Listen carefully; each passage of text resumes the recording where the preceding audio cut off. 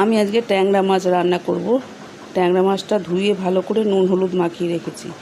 এরপর আমি 10 কোয়ার মতন রসুন থেতো করে দিলাম। আর এবার একটা গোটা বড় পেঁয়াজ কুচি করে রেখেছিলাম, ওটাও দিয়ে দেব।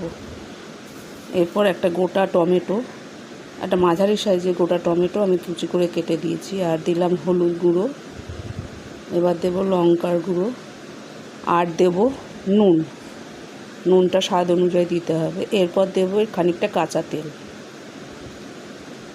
তেল দিয়ে ভালো করে মাখবো। তো আরেকটা কড়াইটা আমি গরম বসিয়ে রেখেছিলাম, আর একটু আলু দেবো বলে আলুটা ঝিরিঝিরি করে ভেজে নিলাম। আর ঝিঙাগুলো আমি লম্বা লম্বা করে কেটে নিয়েছি, ওটাও ভেজে রেখেছি। এবার মাছটাকে ভালো করে মেখে নেব। ভালো করে মাখতে হবে এটা দিয়ে। সব মাছগুলো যাতে ভালো করে মাখা হয়। মাখা প্রায় আমার হয়ে এসছে। এখন আমি কড়াইটার মধ্যে এই মাছগুলো দিয়ে দেব। মাছগুলো দিয়ে ভালো করে ছড়িয়ে দিতে হবে। মাছগুলো আমি ভালো করে ছড়িয়ে দিয়েছি।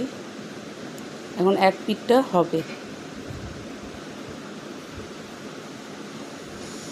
আর এটা কড়াই ধরে উল্টাতে হয়, সেটা আমি পারি না, তার জন্য আমি খুন্তি দিয়ে উল্টাচ্ছি।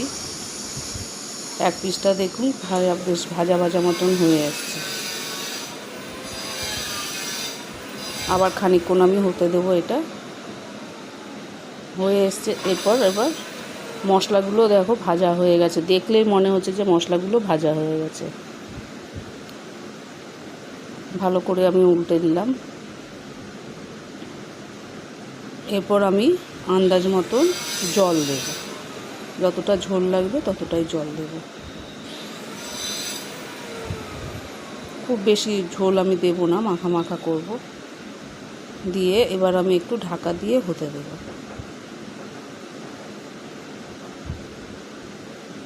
এবার আমি ঢাকা দিয়ে দেব।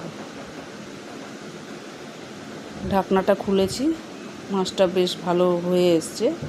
এখন আমি দেব ধনেপাতা,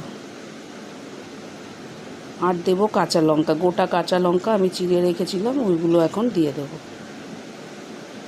দিয়ে আরেকটু ঢাকা দিয়ে রাখবো যাতে আরেকটু হয়।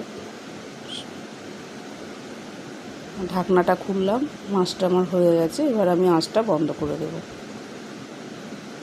ট্যাংরা মাছটা আমার রেডি।